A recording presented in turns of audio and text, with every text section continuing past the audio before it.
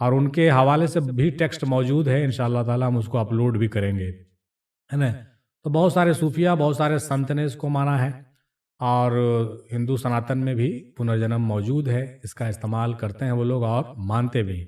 اب رہ گئی بات وچاروں میں زیادہ فرق ہونے کا، تو میں نے وہی کہا کہ جس کو جتنی چیزیں سمجھ میں آئی ویسا ان کا وچار دھارا بنا، اس کی فلسفی ویسی بنی۔ اس لیے تمام فلسفی کا ہم سمان کرتے ہیں، کسی کا انادر نہیں کرتے ہیں، اور کرنا چاہیے، لیکن اس کو مکمل حق مت سمجھ لیجئے گا، کیونکہ حق کے اوپر بھی حق ہے، حق کے اوپر بھی حق ہے، اور حق میں بھی حق ہے۔ ہمارے ہاں بھی ہے باطن در باطن، باطن در باطن، اور اسی طریقے سے راز در راز ہیں، پردے در پردے ہیں، جن سے جتنا حجاب اٹھ سکا اتنا اٹھا سکے، اور اسی طریقے سے انہوں نے اپنی باتیں رکھی ہیں زمانے میں، اس لیے اس سے گھبرانے کی ضرورت نہیں ہے۔ اور اس کے علاوہ آپ نے کہا کہ جنت جہنم پر ایمان لانا ضروری ہے، یقیناً جنت اور جہنم پر ایمان لانا ضروری ہے، کیونکہ جو چیزیں سچ ہے اس کو ماننا ضروری ہے۔ کیونکہ مہاتما گاندھی کی ایک بات یاد آ رہی ہے، انہوں نے کہا کہ ٹھیک ہے تم ایشور کو نہیں مانتے ہو، مت مانو، لیکن ستیہ کو تو نہیں جھٹلا سکتے۔ جب تم ستیہ کو جھٹلا نہیں سکتے تو ستیہ ہی ایشور ہے، تو جب ستیہ کو تم ستیہ کہہ دو گے تو ایشور خود بخود ثابت ہو جائے گا، اور تمہارے نہیں کہنے سے کچھ کام نہیں چلے گا۔ جب سچ ہے، سچائی ہے، تو ایشور بھی موجود ہے، اس میں کوئی شک نہیں ہے نا۔ اور آج نکل آپ کو سمجھ میں آ جائے گی کہ ستیہ جو چیز ہے وہی ایشور ہے، اور ایشور ہی ستیہ ہے۔ اس لیے اگر آپ ایشور کو جھٹلا بھی دیں لیکن ستیہ کو جھٹلا نہیں سکتے۔ اسی طریقے سے سورگ اور نرک جو ہے، جنت اور جہنم، بھلے ہی آپ کتنا ہی فلسفی بگھار لیں، لیکن جو چیزیں موجود ہیں وہ موجود ہی ہیں۔ جب آپ کی آنکھ کھلے گی تو آپ کو سمجھ میں آئے گی، جب تک آنکھیں بند ہیں تب تک آپ جتنا بھاشن دینا ہے دیتے رہیے، اس سے کوئی فرق پڑنے والا نہیں ہے۔ اب آپ نے کہا ہے کہ میں کیسے پتہ کروں کہ کون سا دھرم صحیح ہے، میں کیا کروں؟ دیکھیے، آپ چاہے جس دھرم میں پیدا ہو گئے ہیں، اس سے کوئی مسئلہ نہیں ہے۔ آپ کو اگر وہ دھرم اچھا لگتا ہے تو اس دھرم میں رہیے، کون سی بڑی بات ہے۔ لیکن اگر آپ کا دل کہتا ہے کہ نہیں، ہم کو اس سے آگے نکلنا، ہم کو اس دھرم سے لینا دینا زیادہ نہیں ہے، ہم کو ستیہ کی کھوج کرنی ہے، تو آپ ستیہ کی کھوج کیجئے، تمام دھرموں کا انالائسس کیجئے، تقابل ادیان پڑھیے، ہے نا، کمپریٹیو دین کا اسٹڈی کیجئے، کمپریٹیو ریلیجن کا اسٹڈی کیجئے، اور اس کے بعد جب حق کی کھوج کرتے کرتے کرتے جب تمام باتیں آپ کو سمجھ میں آنے لگے گی، تو پھر جو دھرم آپ کو اچھا لگے اس میں آ جائیے، ہے نا۔ اس میں ہم تھوڑی کہہ رہے ہیں کہ آپ اسلام میں داخل ہو جائیے، نہیں، آپ کو اگر پسند آئے تو ضرور اسلام میں داخل ہو جائیے، اور نہیں پسند آئے تو جس دھرم میں آپ اچھا سمجھتے ہیں اسی دھرم میں رہیے، لیکن کچھ کر جائیے، چاہے جس دھرم میں رہیے، ایشور اور موکش کی پراپتی کر جائیے، ستیہ کی کھوج کر کے ستیہ تک پہنچ جائیے۔ ٹائم پاس بالکل مت کیجیے، ہمارا یہ سجیشن ہے آپ کے لیے، ہے نا۔ پھر آپ نے کہا ہے کہ میں حق کا فیصلہ کیسے کروں کہ کیا سچ ہے کیا نہیں سچ ہے۔ ہم نے پہلے بتا دیا کہ آپ جو ہے وہی کریں جو آپ کا دل کہے، ٹھیک ہے، اور آپ انالائسس کریں، آپ جو ہے ریسرچ کریں، آپ تقابل ادیان پڑھیں، تب آپ کو پتا چلے گا کہ حق کا فیصلہ کیسے آپ کریں گے، اور آپ کو سمجھ میں آئے گا۔ زیادہ پریشان اگر ہو رہے ہیں تو پھر آپ کسی ایک گرو کو پکڑ لیجئے، جہاں پر آپ کا دل بھرتا ہے اس گرو کو سمرپت ہو جائیے، تمام سوال کو نکال کر کے رکھ دیجئے، اور ان کے کہنے پر چلتے رہیے، بس اس سے زیادہ کچھ نہیں ہم آپ کو کہیں گے۔ باقی اللہ تعالیٰ کے حوالے ہم آپ کو کرتے ہیں، آپ کو رشد ہدایت اگر لکھی ہوئی ہے تو آپ کو مل کے رہے گی، ہے نا۔ تو امید ہے کہ آپ یہ ساری باتیں سمجھ گئے ہوں گے۔ رہ گئی بات افضل البصر کا، تو اسلام میں رسول پاک کو افضل البصر کہا گیا، صرف اسلام میں کیا بلکہ اب تو بڑے بڑے سائنٹسٹ لوگ، جو ریسرچر لوگ ہیں، وہ لوگ بھی اب لسٹ بنا رہے ہیں، تو رسول پاک کو اب ایک نمبر پر رکھتے ہیں۔ افضل البصر صرف ہم تھوڑی کہتے ہیں، اب تو دنیا جو ہے رسول پاک کو افضل البصر کہہ رہی ہے۔ ان کے کیریکٹر اور ان کے کردار اور ان کے سیرت کا ریسرچ چل رہا ہے پوری دنیا میں، آپ بھی کر کے دیکھ لیجئے، ٹھیک ہے نا۔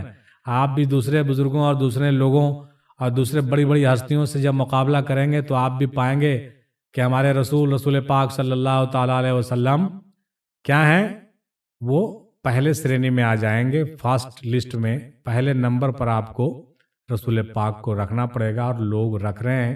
اس لیے وہ افضل البصر ہیں، اللہ نے ان کو افضل البصر بنایا ہے۔ ان کے اندر جتنے بھی صفات ہیں انسانی صفات کے، وہ معراج پر ہیں، ہے نا، یعنی عروج پر ہیں، ٹاپ پر ہیں۔ تو اس میں ثابت کرنے کی بات نہیں ہے، بلکہ یہ آپ اسٹڈی کر کے خود سے ثابت کر سکتے ہیں، اور یہ خود ثابت ہو چکا ہے آج کے زمانے میں۔ اب رہ گئی بات دیدار کی، تو دیدار تو سب کو ہوتا نہیں ہے۔ جس کو دیدار ہوا ہے وہ تو بالکل کمفرٹیبل زون میں چلے جاتے ہیں، وہ تھوڑی سوال کرتے ہیں۔ جن کو دیدار ہو گیا، اور جن بھائیوں کو دیدار رسول پاک ہو گیا اور ان کو حقیقت و معرفت کی سمجھ ہو گئی، ان کا سوال بند۔ وہ سوال کرتے نہیں ہیں بلکہ سوالوں کے جواب دیتے ہیں۔ اللہ کا فضل و کرم ہے کہ میں بھی آپ کے سوال کا جواب دے رہا ہوں جو ہم سے بن پڑ رہا ہے اللہ رسول کے فضل و کرم سے، اور آپ بھی اس زون میں آ سکتے ہیں، آپ کا استقبال ہے نا۔ تو اس طریقے سے ان تمام جو آپ کا کنفیوژن ہے وہ دور ہو گیا ہوگا۔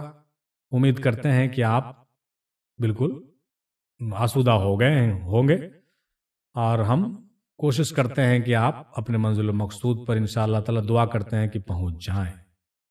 چلیے، بہت اچھی بات ہے۔ آگے جو ہے ایک بھائی نے سوال کیا کہ السلام علیکم جی، میرا نام محمد نعیم ہے اور اتر پردیش انڈیا سے ہوں، اور MBBS ڈاکٹری کی اسٹڈی کر رہا ہوں۔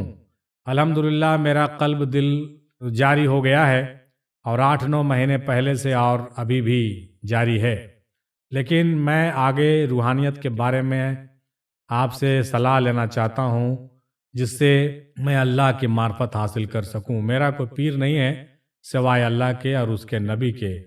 آگے کے راستے کے لیے میں نے کئی بار میسج بھی کیا آپ کو، آپ مجھے کوئی کامل مرشد بتائیں تو جو اللہ کو پانے والا ہو۔ دیکھیے، وعلیکم السلام بھائی جناب محترم نعیم بھائی، آپ سے شاید ایک بار میری فون پر بھی بات ہوئی ہے، اور میں نے آپ کو بات بتا بھی دیا تھا۔ حالانکہ یہ سوال ہم نے رکھا تھا آپ کے جواب کے لیے، چونکہ یہ بہت فائدہ مند ہے دوسروں کے لیے بھی، تو میں نے آپ کو قریبی پیر کے لیے کچھ ریفرنس دے دیا ہے۔ آپ ان پیروں سے رابطہ کر کے آپ ان سے دست بیعت حاصل ہو جائیے، آپ اس راستے میں آگے چلیے، بہت عمدہ بات ہے آپ کے لیے۔ اور سب سے پہلے تو مبارکباد ہم آپ کو یہ دینا چاہیں گے کہ آپ جو ہے اتر پردیش کے رہنے والے ہیں، اور آپ جو ہے رسیا میں MBBS کر رہے ہیں۔ بہت خوشی کی بات ہے، بہت مبارک ہو۔ آپ MBBS کریں، MD کریں، اور بڑھیا ڈاکٹر بنیں، آپ خدمت کریں لوگوں کا۔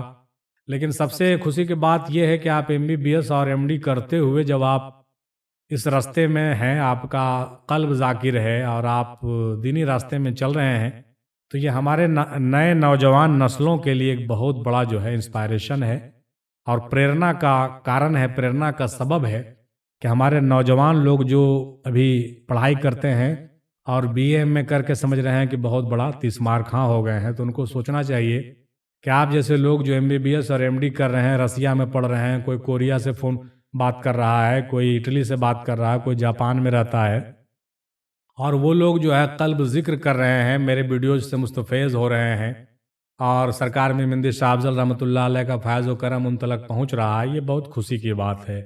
ہم جب آپ لوگوں کا میسج دیکھتے ہیں تو دل باغ باغ ہو جاتا ہے کہ ہم ایک معمولی انسان، ایک معمولی اسکول کے ٹیچر ہوتے ہوئے بھی دادا سرکار میں مندی رحمۃ اللہ علیہ کا فیض و کرم ہے کہ ان کے پیغام کو ہم دور دور تک دوسرے ملکوں میں پہنچا رہے ہیں، اور ان کے پیغام کو کافی پڑھے لکھے اسکالر اور بہت بدوان جو ہے انٹلیکچوئل فیملی کے لوگ جو ہے سنتے ہیں اور مستفیض ہوتے ہیں۔ یہ بہت بڑی بات ہے، ٹھیک ہے۔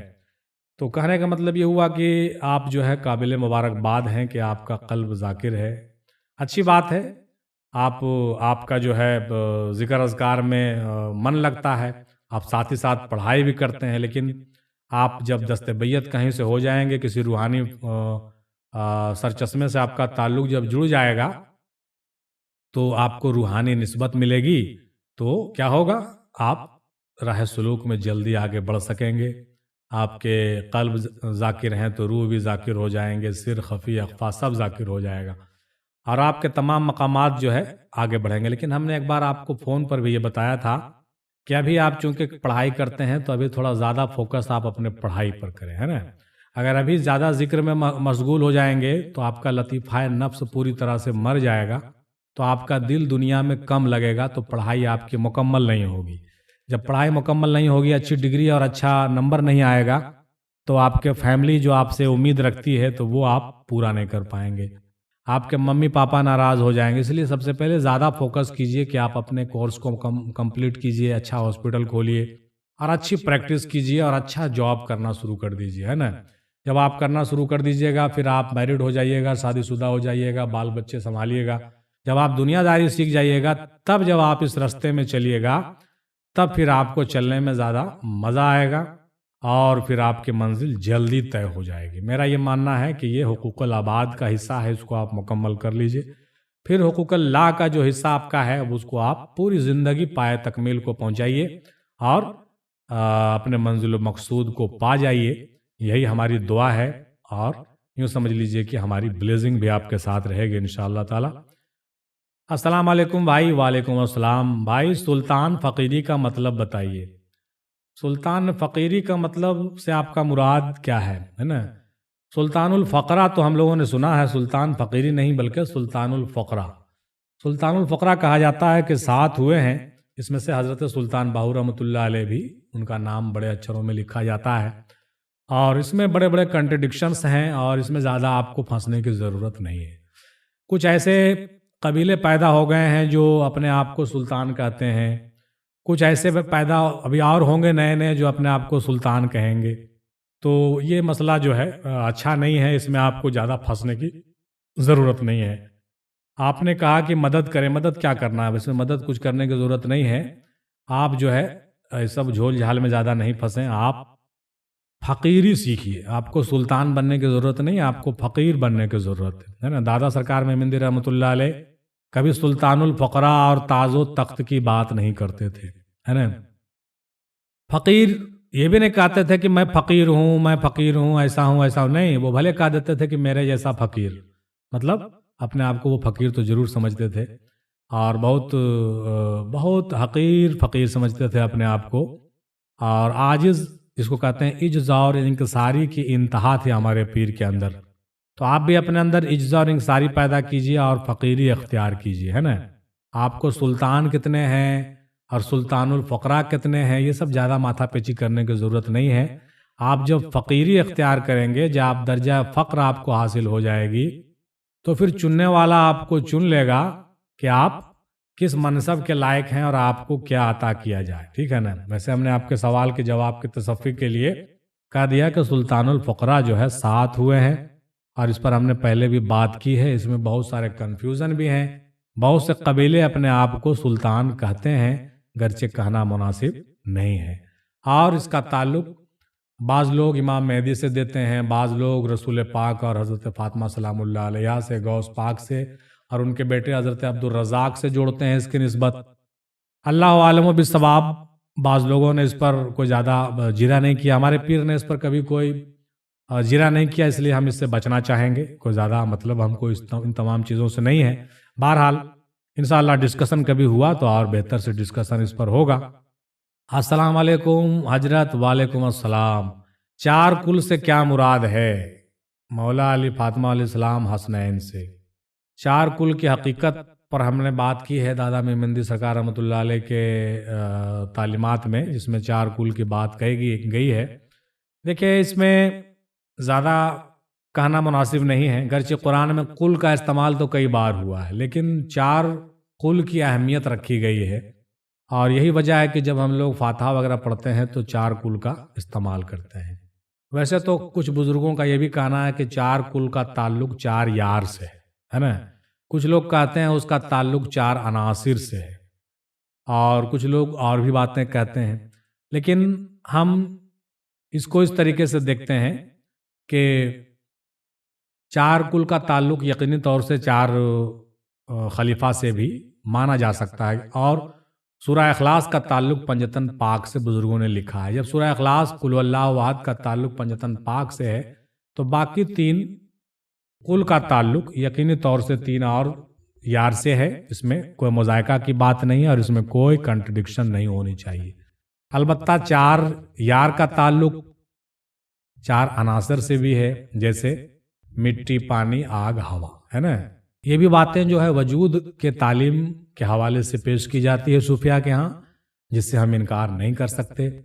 اور ہم نے بھی پہلے بیان کیا ہے کہ پنجتن پاک کا تعلق ہمارے وجود کے باطن سے ہے اور 5 لطائف سے ہے، اور 4 عناصر جو ہمارے ظاہر وجود میں ہیں اس کا تعلق 4 یار سے ہے، اور یقیناً ان باتوں کا تعلق یقینی طور سے 4 قل سے بھی ہو سکتا ہے، اس میں کوئی شک کی بات نہیں ہے.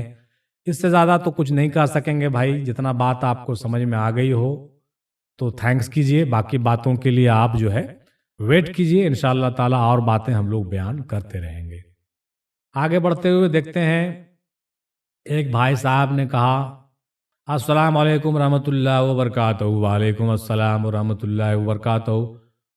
سورہ ہود آیت نمبر 43، سورہ ہود آیت نمبر 44، سورہ بقرہ آیت نمبر 260، سورہ الانبیاء آیت نمبر 79، سورہ کہف آیت نمبر 9، سورہ الاحزاب آیت نمبر 72، صحیح بخاری حدیث نمبر 3238، صحیح بخاری حدیث نمبر 19، صحیح مسلم حدیث نمبر 7054، صحیح مسلم حدیث نمبر 7393، اور مشکات حدیث نمبر 1923، سلسلۃ الصحیحہ حدیث نمبر 2525، سلسلۃ الصحیحہ حدیث نمبر 2847. حضرت ان سبھی جگہ پہاڑوں کا ذکر آیا ہے، اصل میں پہاڑوں میں کیا ہے رہنمائی فرمائیے. اور بھی بہت سارے مقام پر پہاڑوں کا ذکر آیا ہے، جیسا کہ آدم علیہ السلام کو پہاڑ سے اتارا گیا، موسیٰ علیہ السلام کو چلا پہاڑ پر، ایسا ہی بہت سارے جگہ پہاڑوں کا ذکر ہے. کیا راز ہے اس پہاڑوں کا؟ اللہ اکبر. اتنا حوالہ آپ نے پہاڑوں کا جمع کر رکھا ہے کہ لگتا ہے کہ آپ بھی ایک پہاڑی انسان ہیں، آپ کا تعلق بھی کہیں نہ کہیں پہاڑوں سے رہا ہوگا، اسی لیے اتنا زیادہ آپ جو ہے ریسرچ کر رہے ہیں پہاڑوں پر. دیکھیے بھائی، پہاڑ کا جو تعلق ہے وہ چٹانوں سے اور مٹی سے ہے، زمین سے ہے نا.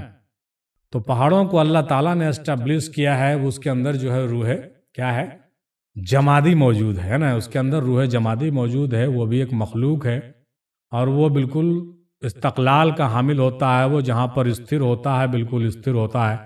سب سے پہلی بات تو ہم یہ سمجھتے ہیں اس پہاڑوں کے ذکر سے قرآن میں اللہ تعالیٰ نے جو ہے کہنا چاہا ہے بار بار کہ پہاڑوں کی طرح چٹیل ہو جائیے، بالکل ایک دم ٹائٹ ہو جائیے، سخت ہو جائیے، اور اپنے یقین میں کامل ہو جائیے، پختہ ہو جائیے. سب سے پہلی بات تو ہم کو یہ سمجھ میں آتی ہے. دوسری بات یہ ہے کہ پہاڑ کا تعلق ہمارے وجود میں ہڈیوں سے بھی ہے. دادا میر مہندی رحمۃ اللہ علیہ کہتے ہیں کہ ہمارا تعلق جو ہے وجود میں، ہمارے جو ہڈیاں ہیں اس کا تعلق پہاڑوں سے ہے، اور ہمارے جسم میں جو رگ و ریسے بہتے ہیں اس کا تعلق ندیوں سے، سمندروں سے ہے، سمندر سے دریا سے ہے، جو خون بہتا ہے نا. اسی طریقے سے اور دیگر چیزیں جو ہے ریسے جو ہیں ہمارے وجود میں، جسم میں اور سر وغیرہ میں، اس کا تعلق جنگل اور پیڑوں سے مانا جاتا ہے. سورج اور چاند کا تعلق آنکھوں سے دادا حضور نے بیان فرمایا تھا، دونوں آنکھوں سے. اسی طریقے سے تمام جو کہیے کہ عالم ناسوت میں اور عالمین میں جو پورے کائنات میں جو چیزیں بکھری ہوئی ہیں، ان تمام کا تعلق ہمارے وجود سے ہے. تو یقینی طور پر پہاڑ کا تعلق بھی ہمارے وجود سے ہے، اور اس سے بہت کچھ اللہ تعالیٰ نے ہم لوگوں کو سیکھنے سکھانے کا موقع دیا ہے. بہت اچھا کیا آپ نے، بہت سی دلیلیں جمع کی ہیں. تو ہم تو یہی کہیں گے کہ آپ پہاڑوں کی حقیقت کو پہچانیے اور اپنے ایمان و یقین میں پہاڑ ہو جائیے، مطلب مضبوط ہو جائیے، ہے نا. ہم تو یہی کہیں گے.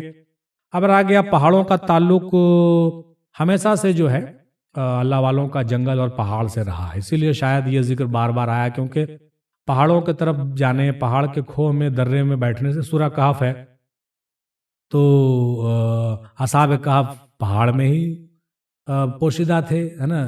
سینکڑوں سال پوشیدہ رہے، چھپے ہوئے رہے. ہمارے رسول پاک نے بھی جو ہے 40 سال تک پہاڑوں کا رخ کیا، ہے نا بھائی. آپ نے تو اس کا مینشن نہیں کیا، دیکھیے ہم مینشن کر دیتے ہیں. بعض لوگ پہاڑوں میں رہنا چاہتے ہیں، جنگلوں میں زیادہ تر بزرگوں نے گوشہ نشینی اختیار کی ہے. یقیناً پہاڑوں اور جنگلوں کا تعلق جو ہے اللہ کی تلاش، اللہ کی کھوج، اللہ کی کہیے کہ قربت و وصلت کو حاصل کرنے اور عبادت و ریاضت کی طرف نسبت کرنے سے ہی ہے، اس میں کوئی شک کی بات نہیں ہے، تاکہ ہم اپنے حقیقت کو پہچانیں، غور خوض کریں، تنہائی اختیار کریں، ریاضت کریں، عبادت کریں۔ یقیناً اللہ تعالیٰ کا بھی جو ریفرنس ہے اس کا تعلق ادھر ہی سے ہی ہے، اس میں کوئی شک کی بات نہیں ہے۔ اور ہم یہ سمجھتے ہیں کہ پہاڑوں پر اتارا جانا، زمین کا چٹیل میدان کا جو ہے یہ ہمارے لیے استقبال کا جگہ ہے۔ اللہ تعالیٰ نے جو ہے پہاڑوں پر ہی بہت سارے کام کو انجام دیے ہیں۔ اپنا دیدار بھی موسیٰ علیہ السلام کو پہاڑ پر ہی اللہ تعالیٰ نے جو ہے دینا چاہا تھا، اور طور جو ہے وہ جل گیا تھا۔ تو یہ بات صحیح ہے کہ پہاڑ جو ہے اس کے اندر روح جمادی ہے، اس میں تمام چیزوں کو جھیلنے کی طاقت ہے، اور وہ سخت ہوتا ہے، اس لیے اس کا بھی تعلق رشد و ہدایت سے ضرور ہے کہ انسان اس سے عبرت حاصل کرے۔ اور حضرت اقبال نے کہا کہ تو شاہی ہے بسیرا کر پہاڑوں میں کے چٹانوں پر، مطلب یہ ہوا کہ آپ کی جو ذات، آپ کی جو اصل ہے وہ شاہین کی طرح ہونی چاہیے۔ آپ جو ہے پہاڑوں اور چٹانوں پر جو ہے مطلب بسیرا کیجیے اور اس طرف اڑان بھریے، مطلب آپ جو ہے بھیڑ بھاڑ سے نکلیے اور ملکوتی سفر کے لیے تیار ہوئیے۔ میرا مراد یہی ہے، اور بزرگوں نے بھی یہی کہا ہے کہ ملکوتی سفر کے طرف جانے کے لیے ایک بہترین کہیے کہ آماجگاہ یا ایک میڈیا مان کے چلیے، یہ ایک ایسا مقام ہے جہاں پر جانے کے بعد انسان ملکوتی راہوں کی طرف جانا شروع کر دیتا ہے۔ اس لیے اللہ تعالیٰ نے ہدایت کی بات جہاں پر بھی کی ہے، جتنی بھی چیزیں ہدایت اور عبادت اور ریاضت سے جڑ کر کے سامنے آتی ہے، اس کا تعلق جا بجا جو ہے پہاڑوں اور جنگلوں سے اور ریگستانوں سے اور اس طریقے سے جو ہے تنہائی سے ہوتا ہے۔ تو ہم جہاں تک سمجھتے ہیں وہ یہی ہے کہ اس سے مراد یہی ہے، اللہ تعالیٰ ہم لوگوں کو رشد و ہدایت، عبادت و ریاضت، تنہائی پسندی اور خود شناسی اور شاہینی صفتی عطا فرمائے، ہے نا، تاکہ ہم جو ہے اپنے منزل و مقصود کو پائیں، اپنے حقیقت سے آگاہ ہو جائیں۔ شاید اللہ تعالیٰ کی بھی یہی چاہت رہی ہوگی۔ اللہ عالم بالصواب۔